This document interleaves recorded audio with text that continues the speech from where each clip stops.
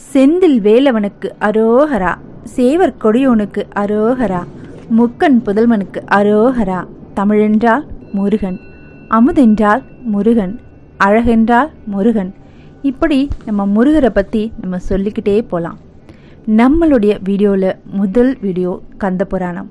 So கந்தருடைய புராணத்தை நம்ம கேட்டால் நம்ம வாழ்க்கையில் இருக்க கஷ்டங்கள், துயரங்கள் எல்லாம் நீங்கி பில்லி, சூன்யம், ஏவல் இப்படி எல்லாமே விலகி நம்ம வாழ்க்கையில் சந்தோஷத்தையும் பணவரவையும் அதிக இரட்டிப்படைய செய்யக்கூடிய ஒரு புராணம் எதுன்னு கேட்டிங்கன்னா நம்ம கந்த புராணம் தான்.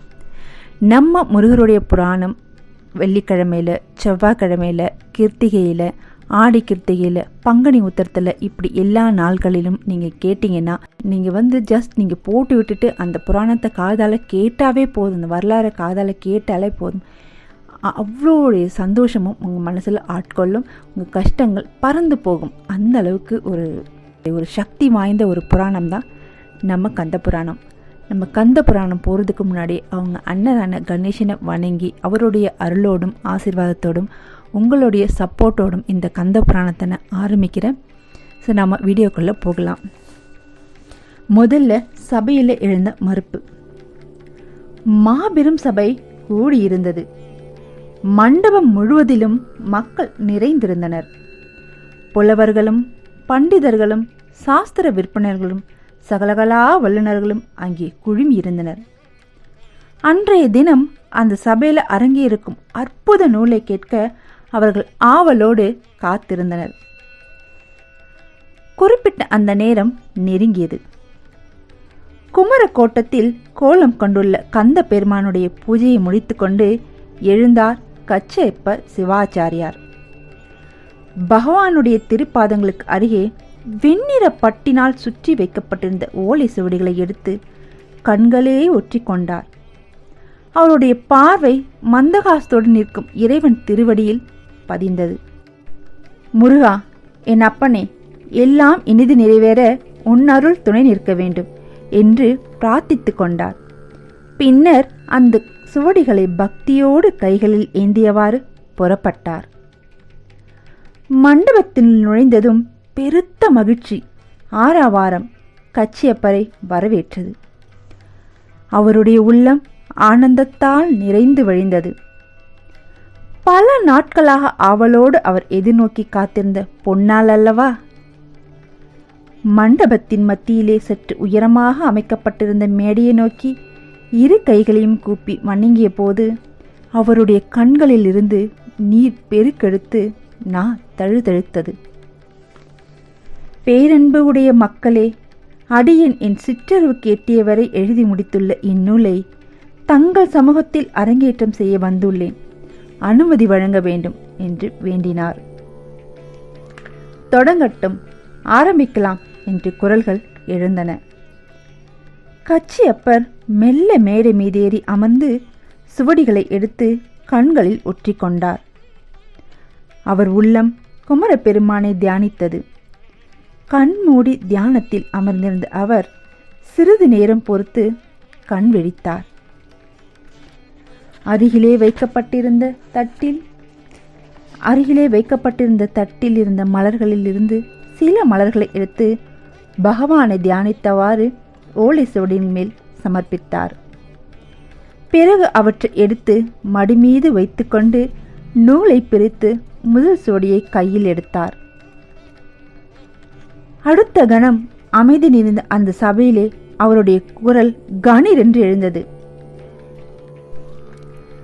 திகட சக்கர செம்முக மைந்துளான், சகட சங்கர தாமரை நாயா, நகட சக்கர விண்மினி யாவுரை, விகட சங்கரன் மெய்ப்பதம் போற்றுவோம்.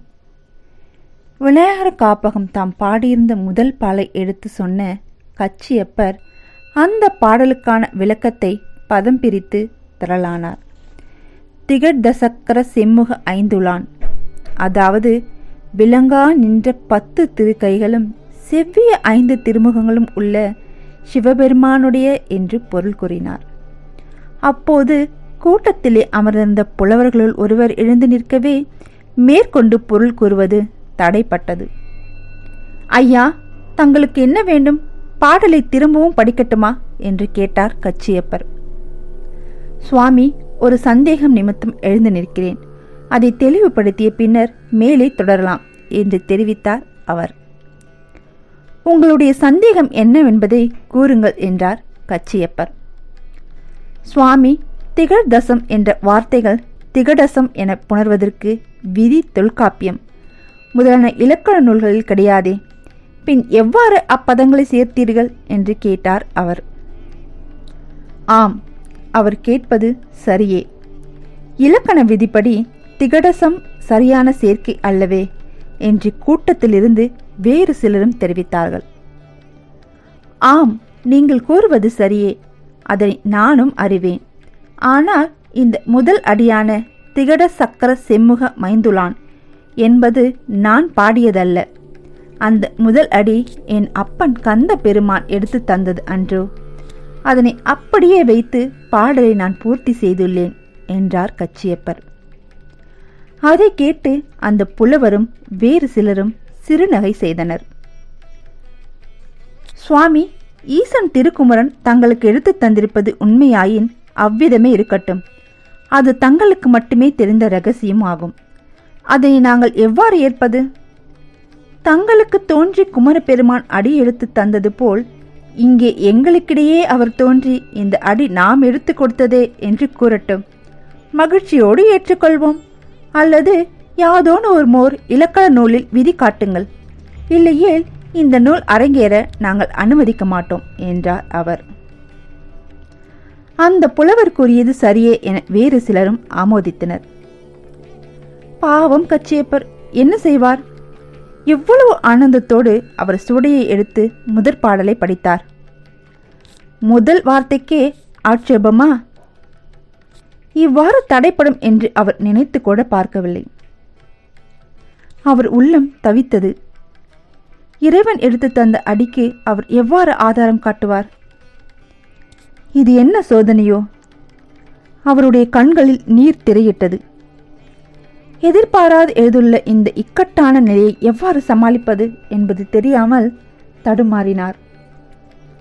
உடல் பதற, நெஞ்சம் துடிக்க, ஓலை சுவடிகளை மேடையிலே வைத்துவிட்டு எழுந்து நின்று கை கூப்பி மக்களை வணங்கினார். பெரியோர்களே, சபை இத்துடன் இன்று கலைந்து நாளை மீண்டும் கூட்டப்படும். அவ்மயம் தங்களுடைய சந்தேகத்தை போக்க 2 1 செய்யப்படும். தட்டு தடுமாறி கூறி முடித்தார். கச்சியப்பருடைய வார்த்தைகளை ஏற்று சபை கலைந்தது. எல்லோரும் எழுந்து நின்றனர். அவர்கள் போவதையே வெறிக்க பார்த்தவாறு நின்று கொண்டிருந்தார் கச்சியப்பர். கண்களின் வழியே நீர்த்துளிகள் உருண்டு சென்ற வண்ணம் இருந்தன. மண்டபத்தில் இருந்த கடைசி மனிதன் வெளியேறிய பின்னரே அவர் தம் உணர்வை அடைந்தார். ஓலை சுவடுகளை எடுத்த பாட்டில் வைத்து சுருட்டி கைகளில் எடுத்துக்கொண்டு குமரக்கோட்டத்தை நோக்கி புறப்பட்டார். வரும்போது இருந்த உற்சாகம் இப்போது அவருடைய நடையில் காணப்படவில்லை. நடை மிகவும் தளர்ந்து போயிருந்தது. எவ்வளவு ஆசையா நம்ம குமரருடைய நம்ம கந்தருடைய இதுவை படிக்கலான்னு சொல்லிட்டு அவர் வந்தார். ஆனால் முதல் பாடலை எடுத்து படிக்கும்போதே அவருக்கு தடை ஏற்பட்டதுனால அவர் அப்படியே டோட்டலாக மனம் உடைஞ்சி அப்படியே நொறுங்கி போய் நிற்கிறாரு. இவருக்கு உதவி பண்ண நம்ம குமர கடவுள் வராமலா இருப்பார்? நம்ம செந்தமிழ் குமரன், சொல்லை விளக்க வந்த செந்தமிழ் குமரன். காலத்திய சிவாச்சியாரார் ஆதிசைவ வேதியர் குலத்தில் வந்தவர். சாஸ்திரங்களில் சிறந்த பண்டிதையும் உடையவர். முக்தி தரும் நகரங்கள் 7 ஒன்றாக விளங்கும் காஞ்சிபுரத்தில் குமரக்கோட்டத்தில் திருக்கோலம் கொண்டுள்ள அப்பெருமானை நாள்தோறும் பக்தியோடும் நேமத்தோடும் பூஜித்து வந்தவர். யாரு? நம்ம கச்சியப்பர். ஸோ கச்சியப்பரை பற்றி நம்ம கொஞ்சம் தெரிஞ்சுக்கிட்டு அதுக்கப்புறம் கந்தப்பெருமான் அவருக்கு எப்படி உதவி பண்ணாரு அப்படின்றத பார்க்கலாம். வாழ்க்கையில் எல்லாவித சௌகரியங்களையும் பெற்றிருந்தார். காலத்தியப்பருக்கு ஒரு குறை மட்டும் இருந்தது. திருமணமாகி வெகு காலம் ஆகியும் வம்சம் விளங்க குழந்தை பிறக்கவே இல்லை என்ற ஏக்கம் அவரை வாட்டியது. தாம் பக்தியுடன் ஆராதித்து வரும் குமரன் கைவிட மாட்டான் என்ற நம்பிக்கை அவருக்கு இருந்தது. குமரா, குழந்தை பாக்கியம் அருள மாட்டாயா என்று தினமும் இறைஞ்சி வந்தார். காலத்தியப்பருடைய நம்பிக்கையும் பிரார்த்தனையும் வீண் போகவில்லை. அவர் மனைவி கருவுற்று ஆண் குழந்தைக்கு தாயானாள். காலத்தியப்பர் அளவற்ற ஆனந்தம் கொண்டு குமரனை கொண்டாடினார். அவனுடைய அனுகிரகத்தாலேயே தமக்கு பிள்ளை குழந்தை பிறந்தது என்று மகிழ்ச்சி கடலில் நீந்தினார். குமரன் கச்சியப்பன் பாலகனாக இருக்கையிலே சூடிகையுடன் காணப்பட்டான். எதிர்காலத்திலே சிறந்து விளங்கப் போகிறான் என்பதை அறிவிப்பது போல் அவன் அறிவு, அன்பு, அடக்கம் முதலிய நற்குணங்களுடன் வளர்ந்து வந்தான். தமிழ், சமஸ்கிருதம் ஆகிய இரு மொழிகளிலும் நல்ல தேர்ச்சி பெற்று விளங்கினான். வடமொழியிலும் தமிழிலும் உள்ள பல நூல்களையும் கருத்துடன் படித்தான். கல்வி வேள்விகளில் சிறந்து விளங்கும் மகனை கண்டு காலத்தியப்பர் உள்ளம் பூரித்து போனார். எம்பெருமான் தமக்கு அளித்த திருமகனை அவருடைய சேவையிலே ஈடுபடுத்தினார். கச்சியப்பர் தம்முடைய மற்ற பணிகளோடு நாள்தோறும் குமரக்கோட்டத்துக்கு குமரனை பூஜிக்கும் பணியையும் ஏற்றுக்கொண்டார். சமய தீட்சை பெற்ற கச்சியப்பர் தேவார திருவாசங்களை ஓதினார். விசேஷ தீட்சை பெற்று சைவ காமகங்களில் கிரியா காண்டங்களையும் கற்றறிந்து கொண்டார். அதன் பிறகு நிர்வாண தீட்சையையும் ஆசாரிய அபிஷேகம் பெற்று சிவகாமகத்தின் ஞான காண்டங்களை கற்று அவற்றின் பொருளையும் தேவார திருவாசகத்தின் பொருளையும் உணர்ந்தார். வேதத்தின் ஞான காண்டங்களாக்கிய உபநிஷதங்களின் பொருளோடு அப்பொருள் மாறுபடாதிருக்க கண்டார். இவ்வாறு நாள்தோறும் அறிவிலும் ஆற்றலிலும் சிறந்து விளங்கி வரும் கச்சியப்பர் குமரப்பெருமானை உள்ளன்போடு பூஜை செய்து வந்தார். ஒரு நாள் கச்சியப்பருடைய சொப்பனத்தில் முருகன் பெருமான் தோன்றி, அப்பனே, ஸ்கந்த புராணத்தின் 6 சம்ஹீதைகளும் சங்கர சம்ஹீதையின் முதற் காண்டமாகிய சிவ ரகசிய காண்டத்தில் விவரிக்கப்பட்டுள்ள நம்முடைய சரித்திரத்தை கந்த புராணமாக தமிழிலே பெருங்காப்பியமாக பாடு என்று கட்டளையிட்டார். அத்துடன் திகட சக்கர செம்முக மைந்துளான் என்று அடி எடுத்து கொடுத்து மறைந்தார். கண் விழித்த கச்சியப்பருக்கு மேனி சிலிர்த்தது. நெஞ்சம் நெருங்கியது, நெக்குருகியது. தம்மிடம் கந்தனுக்குள்ள கருணையை நினைத்து உள்ளம் விதிர்விதிர்த்தார். அவருடைய கண்கள் ஆனந்த பாஷ்பத்தை பெருக்கின. முருகா, அடியனிடம் உனக்குள்ள கருணைதான் என்ன? நாயனும் கடையனாகிய என்னை கொண்டு உன் புகழ் பாட பணிந்த உன் கருணையை எவ்வாறு இயம்புவது என்று மனமுருகி பிரார்த்தித்தார். பகவானுடைய கட்டளை அப்போதே சிரமேற்கொண்டார். ஐயனே, அடியனை மாபெரும் பணியில் ஈடுபடுத்திய நீர் அப்பணியின் இனிதி பூர்த்தி செய்து கொடுக்க வேண்டும் என்றார் நெஞ்சம் தழுதழுக்க. இப்படி அவருக்கு ஒரு அதிர்ஷ்டம் பாருங்க. அன்றைய தினம் வழக்கமான பூஜைகள் முடிந்தது. கச்சியப்பர் கந்தன் திருவடிகளிலே தலை தாழ்த்தி வணங்கி அங்கேயே அமர்ந்து புராணம் பாட தொடங்கினார். எம்பெருமான் எடுத்து கொடுத்த அடியே முதல் அடியாக கொண்டு விநாயகர் காப்பை பாடினார். அடுத்து செந்தமிழ் மனம் கமிழும் பாடல்கள் உருவாயின. நடுநடுவே கச்சியப்பருக்கு தாம் இயற்றிய பாடல்கள் பிழை ஏதுமின்றி இருக்கின்றனவா என்ற சந்தேகம் வந்துவிடும். ஓலை சுவடிகளில் எழுதிய பாடல்களை திரும்ப திரும்ப படித்து பார்ப்பார். அதைவிட இன்னும் மேலாதன இயற்ற முடியுமா என திருப்தி ஏற்படும் போது மேலே தொடருவார். அவருடைய உள்ளத்துக்கு திருப்தி ஏற்பட்டு விட்டால் போதுமா? மற்றவர்கள் அதனை ஏற்க வேண்டாமா? யாரிடம் காட்டுவது? தமக்கு கட்டளையிட்ட அந்த முருகனை தவிர வேறு யாரும் அவருக்கு தோன்றவில்லை. 100 பாடல்கள் எழுதியதும் அவற்றை ஒழுங்கு செய்து நூலினால் கட்டி குமரனுடைய பாதங்களில் சமர்ப்பித்து விடுவார். இரவு பூஜைகள் முடிந்து திருக்கதவை தாழிட்டு செல்லும் போது, எம்பெருமானே, இன்று பாடிய பாடல்களை உன் திருவடிகளில் சமர்ப்பித்து விட்டேன். நாளை மேற்கொண்டு பாட அருள் புரிய வேண்டும் என்று பிரார்த்தித்து கொண்டு வீடு திரும்புவார்.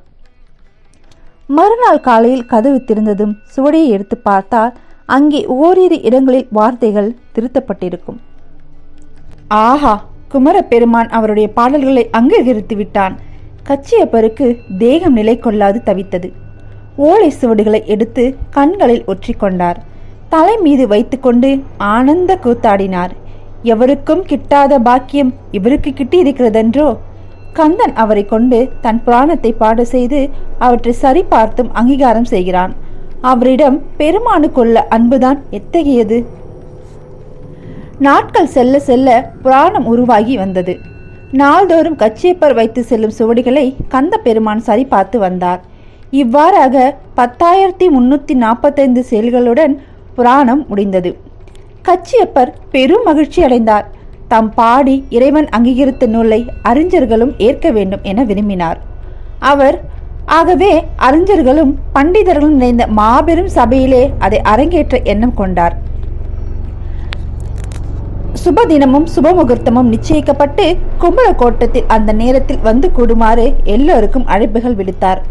கச்சியப்பருடைய புலமையை நன்கு அறிந்த அவர்கள் அந்த அழைப்பை மிக்க சந்தோஷத்துடன் ஏற்றுக்கொண்டனர். குமரக்கோட்டம் கோலாகலமாக அலங்கரிக்கப்பட்டது.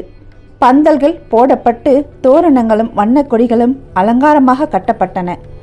மக்கள் இறைவன் திருக்கதையை கேட்டு ஆனந்தத்திற்கு திரளாக வந்து கூடினர். தாம் பூஜிக்கும் பெருமான் தமக்கிட்ட பெரும் பணி பூர்த்தியாகி கட்டம் வந்துவிட்டது என்று எண்ணி எண்ணி கச்சியப்பர் உள்ளம் பூரித்து வந்தார். ஆனால் யாருமே எதிர்பாராத ஒரு தடங்கல் நேர்ந்துவிட்டது. புராணம் அரங்கேற்றப்பட வேண்டுமானால் அவர் இலக்கண விதியை எந்த நூலிலிருந்தாவது எடுத்து காட்ட வேண்டும். அவ்விதம் இல்லாவிடில் அவருக்கு அடியெடுத்து கொடுத்த குமரனை சபையோர் முன் வந்து நான் தான் அவ்விதம் அடியெடுத்து கொடுத்தேன் என்று தெரிவிக்க வேண்டும். என்ன செய்வார் கச்சியப்பர்? மாபெரும் சபையின் முன்பு நிலைமையை சமாளிக்க ஒரு விதமாக 2இல் 1 நாளே நிகழும் என கூறிவிட்டார்.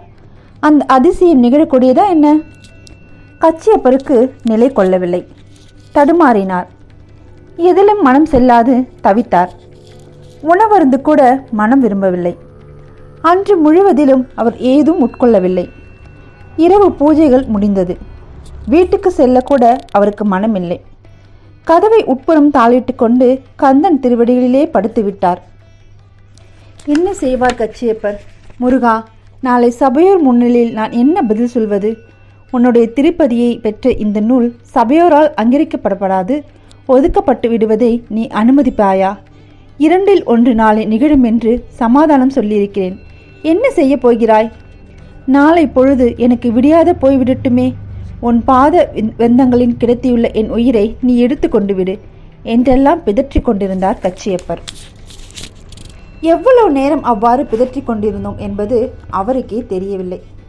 நித்திரை அவர் கண்களை மூட செய்தது.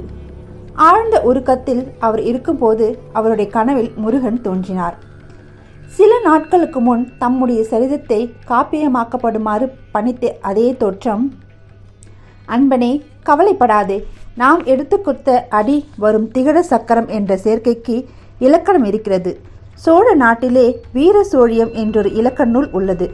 திகழ் தசம் என்ற 2 பதகங்கள் திகடசம் என்று புணர்வதற்கு விதி அந்நூலிலே சந்தித்து படலத்தில் 18ஆம் செயலில் இருக்கிறது. சோழ நாட்டு புலவன் ஒருவன் நாளை சபையிலே அந்நூலை நேரில் கொண்டு தருவான் என்று அருளி மறைந்தார் முருகப்பெருமான். கண் விழித்து எழுந்த கச்சியப்பர் இறைவன் கருணையை கண்டு அவருடைய திருப்பாதங்களை 2 கைகளாலும் கட்டி அணைத்து கொண்டு ஆனந்த பாஷ்பம் பெருக்கினார். முருகா, முருகா என்று நெஞ்சு முருக பிரார்த்தித்தார். பொழுது புலர்ந்தது. கச்சியப்பர் உள்ளம் ஆனந்தத்தால் நிறைந்து வழிய முருகருக்கான வழிபாடுகளை முடித்தார். சபை கூடுவதற்காக குறிப்பிட்டிருந்த நேரத்தில் மண்டபத்தை அடைந்தார். அன்று மண்டபத்தில் மேலும் ஜனத்திரள் நிரம்பி வழிந்தது. முதல் நாள் புலவர் எழுப்பிய சந்தேகத்தை இறைவனே தீர்த்து வைப்பான் என்று அவர் சொல்லியிருந்ததால் அந்த அதிசய காட்சியை காண மக்கள் திரண்டிருந்தனர். அன்றைக்கு முதல் நாள் போலவே புலவர்களும் பண்டிதர்களும் கச்சியப்பரை மகிழ்ச்சி ஆரவாரம் செய்து வரவேற்றனர். கச்சியப்பர் பீடத்தை அடைந்து திரண்டிருக்கும் ஜன சமூகத்தை வணங்கிவிட்டு ஆசனத்தில் அமர்ந்தார். அவ்வமயம் வாயிலே சிறிது பரபரப்பு ஏற்பட்டது. என்ன என்ன என்று கேட்டபடியே எல்லோரும் வாயில் புறம் நோக்கினர். யாரோ ஒரு மனிதர் கச்சியப்பர் எங்கிருக்கிறார், அவரை நான் பார்த்தாக வேண்டும் என்று வாயிலில் இருந்தவர்களும் வினவிக் கொண்டிருந்தார். கூட்டத்தில் இருந்த சிலர் மற்றவர்களை ஒதுக்க செய்து வந்த மனிதனை கச்சியப்பரிடம் அழைத்து வந்தார். பூஜ்யரே, அடியின் சோழ நாட்டு புலவர்களில் ஒருவன்.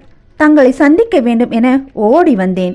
இதோ தங்களுக்கு வேண்டிய நூல், பெற்றுக்கொள்ளுங்கள் என்று அவன் கச்சியப்பரை வணங்கி அவரிடம் ஒரு புத்தகத்தை நீட்டினான். முதல் நாள் சந்தேகத்தை எழுப்பிய புலவன் அங்கேதான் நின்று கொண்டிருந்தான். சற்றென்று முன்னால் வந்து அந்த புலவனிடம் இருந்த புத்தகத்தை வாங்கி கொண்டு, இது என்ன புத்தகம் என்று கேட்டான். பண்டிதரே, வீர சோழியம் என்ற இலக்கண நூல் இது. சோழ நாட்டில் வழக்கில் உள்ளது. இதில் சந்தித்த படலத்தில் 18ஆம் செயலில் நேற்று தாங்கள் எழுப்பிய சந்தேகத்துக்குரிய விதி இருக்கிறது என்று பணிவுடன் பதில் கொடுத்தார் கச்சியப்பர். புலவருடைய விரல்கள் பரபரவென்று புத்தகத்தை பிரித்து பக்கங்களை தள்ளின. சந்தித்த படலம் 18ஆம் செயல். அந்த பாடலை அனைவரும் கேட்குமாறு உரக்க படைத்தான். திகழ்தசம் என்ற இரு வார்த்தைகளும் சேர்ந்து திகடசம் என்று ஆவதற்கான விதி அந்த செயலில் சொல்லப்பட்டிருந்தது. கச்சியப்பருடைய மேனி சிலிர்த்தது. முருகன் அவரை கைவிடவில்லை. தக்க சமயத்தில் அவரை காப்பாற்றிவிட்டான். பரபரப்போடு அமர்ந்திருக்கும் ஜனசமுத்திரத்தை நோக்கி இரு கையும் கூப்பி வணங்கினார். புத்தகத்தை எடுத்து வந்திருந்த புலவன் முதல் நாள் சந்தேகத்தை எழுப்பிய நோக்கி, ஐயா, திரும்பவும் அந்த பாடலை படியுங்கள், சிலருக்கு காதில் விழாதிருக்கலாம் என்றான். அவன் மீண்டும் அந்த பாடலை அனைவரும் கேட்கும்படி உரக்க படித்தான். பக்கத்தில் இருந்த இரண்டொருவர் அந்த புத்தகத்தை வாங்கி அதிலுள்ள செய்யுளை பார்த்தனர். சபையோர்களே, உங்கள் ஐயம் நீங்கியதல்லவா என்று கேட்டான் சோழ நாட்டு புலவன். எங்கள் ஐயம் நீங்கிவிட்டது. கச்சியப்பரே, நூலை தொடர்ந்து பாடுங்கள் என்று குரல் எழுப்பினார் சபையில் இருந்தவர்கள். அடுத்த கணம் அவ்விடத்திலே பளிச்சென்று மின்னல் வெட்டியது. என்ன என்ன என்று பரபரப்போடு சபையோர் ஒருவருக்கொருவரை வினவினர். கச்சியப்பருக்கு அருள் புரிய சோழ நாட்டு புலவராக வந்த செந்தமிழ்குமரன் தான் வந்த காரியம் முடிந்ததென மறைந்து விட்டார். சபையிலே பரபரப்பு அதிகமாகியது. சோழ நாட்டு புலவனை காணாது அவர்கள் திடுக்கிட்டனர். இப்போது இங்கே தானே அவர் நின்றிருந்தார், அதற்குள் எங்கு போய்விட்டார் என்று பரபரப்போடு அவர்கள் கேட்டனர். கச்சியப்பர் சில வினாடிகள் தம்மையே மறந்து உட்கார்ந்திருந்தார். குமரன் அல்லவா சபையில் தோன்றி அவர்களுடைய சந்தேகத்தை போக்கி அருளினார். அவர்களுடைய கண்கள் நீரை சொரிந்தன. இரு கைகளையும் கூப்பி மனதிலே கந்தனை தியானித்து வணங்கினார். அவர் மேனி அவர் புறத்தை எண்ணி எண்ணி நடுங்கியது. மகாஜனங்களே, கந்த பெருமானே சோழ நாட்டு புலவராக இங்கு தோன்றி உங்கள் சந்தேகத்தை போக்கி அருளினார் என்று தழுத்தழுத்து கூறினார். அந்த வார்த்தையை கேட்ட சபையோர் மிக்க ஆச்சரியமடைந்தனர். இறைவன் அவர்களுக்கிடையே தோன்றி அவர்களுடன் உரையாடினதை அவர்களால் உணர முடியாமல் போனது. அதை நினைத்து அவர்கள் வருந்தினர். கச்சியப்பருடைய தவ வலிமையையும் அவரிடம் கந்தனுக்குள்ள அன்பையும் அவர்கள் பலவாறு கொண்டாடினர். ஒருவர் பின் ஒருவராக வந்து அவருடைய பாதங்களில் விழுந்து அவருடைய வார்த்தைகளுக்கு மறுப்பு கூறியதற்காக தங்களை மன்னிக்குமாறு வேண்டினர். முதல் நாள் சபையிலே எழுந்து நின்று சந்தேகத்தை எடுத்து கூறி நூலை மேலே தொடர்ந்து அரங்கேற்ற அனுமதிக்க முடியாது என உரைத்த புலவர் என்சான் உடம்பும் ஒரு சானாக குறுக கச்சியப்பருடைய கால்களை பற்றி கொண்டு கதறினார். ஐயனே, தங்கள் அறிவாற்றலை உணராது அடியேன் ஏதேதோ பேசி ஒரு புனித காரியத்துக்கு தடை உண்டாக்கிவிட்டேன். ஆண்டவனிடம் தங்களுக்குள்ள ஈடுபாட்டு இன்று அர்த்தமடைய போய்விட்டது. அடியேன் செய்த மாபெரும் குற்றத்தை மன்னிக்க வேண்டும். அப்போதுதான் பெரியவரான தங்களுக்கு அபசாரம் செய்துவிட்டது எண்ணி எண்ணி தவிக்கும் என் நெஞ்சம் அமைதியுறும் என்று கண்ணீர் விட்டு கதறினான். கச்சியப்பர் அந்த புலவரை தோள்களை தொட்டு எழுந்திருக்க செய்தார். அப்படியே அவரை கட்டி தழுவி கொண்டார். சுவாமி, தாங்கள் எல்லளவும் வருத்த வேண்டாம். தாங்கள் மறுத்துரைத்ததாலவோ என் அப்பனுடைய அருள் வெளிப்பட்டது என்று அவரை கொண்டாடினார் கச்சியப்பர். இறைவனே நேரில் தோன்றி ஆதாரம் காட்டிய பிறகு தடை என்ன? சபையில் இருந்த புலவர்களும் பண்டிதர்களும் நூலை தொடர்ந்து பாடுமாறு கச்சியப்பரை வேண்டிக் கொண்டனர். கச்சியப்பரும் சுவடிகளை எடுத்து பிரித்து மேலே தொடரலானார். நாள்தோறும் புராணம் அரங்கேற்றம் தொடர்ந்தது. பாடல்களை ஒவ்வொன்றாக பாடி அவற்றிற்கு விளக்கம் கூறி வந்தார் கச்சியப்பர். கச்சியப்பர் மீது முருகப்பெருமானுக்கும் முருகர் பெருமான் மீது கச்சியப்பருக்கும் இவருக்கு இடையே உள்ள அன்பு என்ன ஒரு அன்பு! கச்சியப்பருக்கு முருகர் பெருமான் மீது இருக்கும் பக்தியும் அளவிட முடியாது, முருகப்பெருமானுக்கு கச்சியப்பர் மீது இருந்த அன்பையும் அளவிட முடியாது. அடுத்து பிரம்மன் உருட்டிவிட்ட சக்கரம். இப்பூவிலையில் எத்தனையோ புண்ணிய ஸ்தலங்கள் இருக்க தெற்கே கம்பா நதி தீர்த்தத்திலே உள்ள காஞ்சி எனப்படும் சேஸ்திரமே இறைவனுக்கு மிக உகந்தமான தலமாக இருக்கிறது. முன்னர் ஒரு சமயம் அத்தலத்திற்கு பிரம்மன் நாமங்களோடு எழுந்தருளிய இறைவனை ஆராதித்து மகிழ்ந்து அங்கே தங்கி இருக்கையில் அவரை காண சில முனிவர்கள் அவ்விடம் வந்தனர். பிரம்மனை தரிசித்து அவரை நமஸ்கரித்த முனிவர்கள் கரங்களை குப்பியவாறு, பிரம்மனே, இக்காலம் வரை நாங்கள் இல்லறத்தில் இருந்து அத்துறையில் வழுவாது இல்லற தர்மத்தை அனுசரித்து வந்துள்ளோம். இனி துறவரம் பூண்டு எம்பெருமானை குறித்து தவம் செய்ய எங்கள் உள்ளம் விளைகின்றது. எங்கள் எண்ணம் ஈடேற எவ்வித இடையூறும் இல்லாது இறைவனை குறித்து தவம் செய்ய உகந்த இடம் எது என்று பிரார்த்தித்தனர். முனிவர்களுடைய கோரிக்கையை கேட்ட நான்முகன் பக்கத்தில் இருந்த தர்ப்பை ஒன்றை எடுத்து அதை சக்கரம் போல வளைத்து முடித்து அதன் பின்னர் அதை தரையிலே உருட்டிவிட்டார். பிரம்மனால் உருட்டிவிடப்பட்ட தர்ப்பையிலான சக்கரம் வேகமாக சென்றது. முனிவர்களே, இதோ இது செல்லும் இந்த சக்கரத்தை தொடர்ந்து செல்லுங்கள். இது எங்கு போய் விழுகிறதோ அந்த இடமே உங்கள் தவத்துக்கு உகந்த இடமாகும் என்றார். முனிவர்களே, இதோ செல்லும் இந்த சக்கரத்தை தொடர்ந்து செல்லுங்கள். இது எங்கு போய் விழுகிறதோ அந்த இடமே உங்கள் தவத்துக்கு உகந்த இடமாகும் என்றார். முனிவர்கள் நான்முகனை வணங்கி விடைபெற்று வேகமாக உருண்டு செல்லும் சக்கரத்தை தொடர்ந்து சென்றனர். அது வேகமாக பல இடங்களை கடந்து சென்று இமாலய சரலை அடைந்தது. அங்கே அடர்ந்த மரங்களுடைய காட்டு பிரதேசம் ஒன்றில் போய் அது விழுந்தது. அந்த இடத்தையே தவத்துக்குரிய இடமாக முனிவர்கள் கொண்டாடினர். ஓடைகளும் சிற்றார்களும் நிறைந்த அந்த பிரதேசம் மனத்துக்கு ஒருவித சாந்தியை அளித்தது. நைமி என்றால் சக்கரம் என்று பொருள். தர்ப்பையிலான சக்கரம் உருண்டு விழுந்த இடமாதலால் அது நைமின் சாரண்யம் என்ற பெயரை பெற்றது. அந்த வனத்திலே ஆசிரமங்களை அமைத்து கொண்டு முனிவர்கள் இறைவனை குறித்து தவம் வந்தனர். ஒரு சமயம் அவர்கள் சிறந்த யாகம் ஒன்றை நடத்த விரும்பினர். அந்த யாகத்தை காண விருப்பம் கொண்டு நாலா பக்கங்களில் இருந்தும் முனிவர்கள் நைமிசாரண்ய வனத்துக்கு வந்தனர். அவ்வாறு வந்தவர்களில் மிகவும் புகழ் பெற்றவரும் புராணங்களை எடுத்து சொல்பவருமான சூத முனிவரும் ஒருவர். சூதரை கண்டதும் நைமிசாரண்ய முனிவர்கள் அடைந்த ஆனந்தம் விவரிக்க போதாதது. அவர்கள் முனிவரை வரவேற்று அவரை பலவார உபசரித்து கொண்டாடினார்கள். பின்னர் அவரை பார்த்து, சுவாமி, சூரன் ஆவி குடித்து தேவரை சிறை மீட்ட சண்முகனுடைய அவதாரத்தை அறிய ஆவல் உள்ளவர்களாய் இருக்கிறோம். அதனை எங்களுக்கு எடுத்து சொல்ல வேண்டும் என்று வேண்டினர். சூதரும் மகிழ்ச்சி அடைந்து தேவரை சிறைமிட்ட கந்தனுடைய விருதாதத்தை சுருக்கமாக எடுத்து கூறினார். அதை கேட்ட முனிவர்கள், மகரிஷி, சண்முக பெருமானுடைய அவதார மகிமையும் அவர் தம் திருவிளையாடல்களும் விரிவாக கேட்க ஆசைப்படுகிறோம். சுருக்க கூறிவிட்டீர்களே என்று தெரிவித்தார்கள். அதன் மீது சூதரம் அவர்கள் கேட்டபடியே விரிவாக எடுத்து கூறலானார். இப்போ தாமரை மலரிலே தெய்வ குழவி. அடுத்து தாமரை மலரிலே தெய்வ குழவி.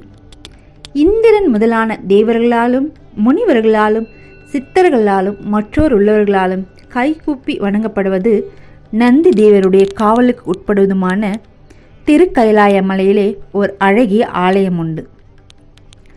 தகதகவென்று நாற்புறமும் வீசும் பொன்னிறத்தோடு கூடிய அந்த ஆலயத்தினுள் நவரத்தினங்கள் கொண்டு அமைக்கப்பட்ட மணிமண்டபம் ஒன்று இருக்கிறது.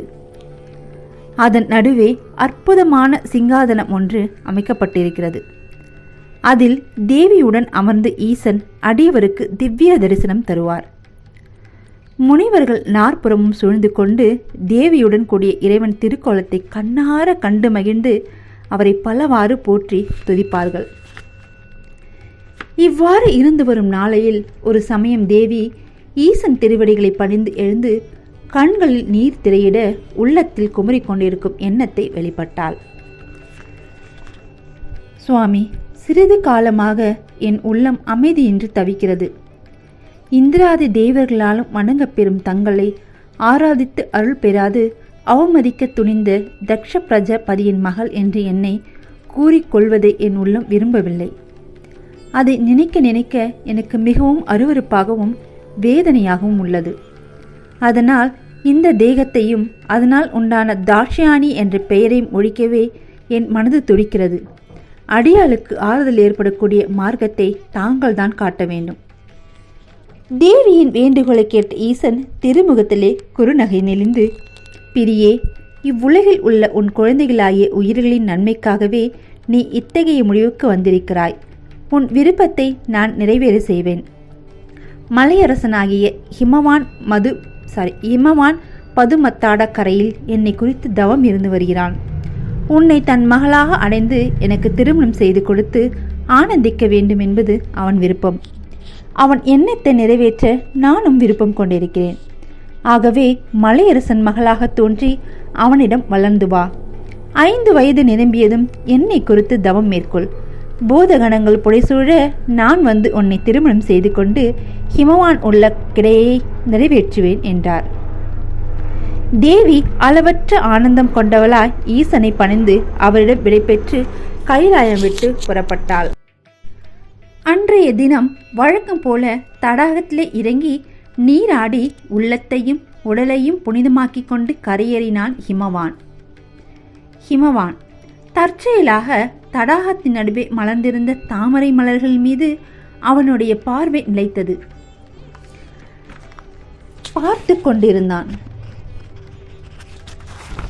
பார்த்து கொண்டிருக்கும் போதே ஆச்சரியத்தால் அவனுடைய கண்கள் அகன்றன. அதோ அந்த தாமரை மலரிலே ஏதோ அசைகின்றதே. ஹிமவான் கண்களை கசக்கிக் கொண்டு பார்த்தான். தான் பார்ப்பது கனவல்ல என்பதையும் அவன் உணர்ந்த போது அவனுடைய மேனி சிலிர்த்தது. பரபரப்போடு தடாகத்தில் இறங்கி அதன் மத்தியிலே மலர்ந்திருக்கும் தாமரை மலர்களை நோக்கி சென்றான். 4 பக்கங்களிலும் தாமரை மலர்கள் மலர்ந்து அணைத்து கொண்டிருக்க நடுவே உயர்ந்த மலர் ஒன்றில் கண்ணக்குடி சிரித்தபடி பெண் குழந்தை ஒன்று படுத்திருந்தது. அதனுடைய பார்வை ஹிமவான் மீது நிலைத்தது. அவனை வா என்று அழைப்பது போல் இருந்தது. மலரை நெருங்கிய ஹிமவான் அவன் நடுவே படுத்திருந்த குழந்தையை 2 கைகளாலும் வாரி எடுத்து கண்களில் ஒற்றிக்கொண்டான். அவன் உள்ளம் ஆனந்தத்தால் நிறைந்து வழிந்தது. 2 கழிகளிலும் குழந்தையை ஏந்தியவாறு குழந்தை அவனை பார்த்து சிரித்தது. அப்படியே மார்புடன் சேர்த்து அணைத்து கொண்டு அதன் கன்னங்களில் முத்துமழை பொழிந்தான். இத்தனை காலமாக அவன் ஈசனை ஆராதித்தது வீண் போகவில்லை. குலம் விளங்க ஒரு குழந்தையை அளித்து விட்டார். அவன் விருப்பப்படியே தேவியை திருமகளாக வந்து அவதரித்து விட்டாள்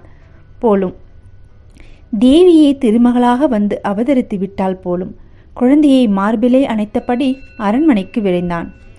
நாயகன் வருகையை அறிந்து மேனை ஓடி வந்து அவனை வரவேற்றாள். பிரியே, நாம் வணங்கும் ஈசன் நம் மீது கருணை மழை பொழிந்து விட்டார். உன் நெடுநாள் குறை இன்றோடு நீங்கிவிட்டது. குலம் தழைக்க ஒரு குழந்தையை நமக்கு அளித்து விட்டார். குழந்தையை பெற்றுக்கொள் என்று கூறி குழந்தையை அவள் கரத்திலே தந்தான். மகிழ்ச்சி ஆறாக பெருக மேனை குழந்தையை 2 கைகளாலும் வாங்கி கண்ணே வந்தாயா என்று கேட்டபடி முத்தமிட்டாள். அவள் ஸ்தனங்களில் பால் சுரந்தது.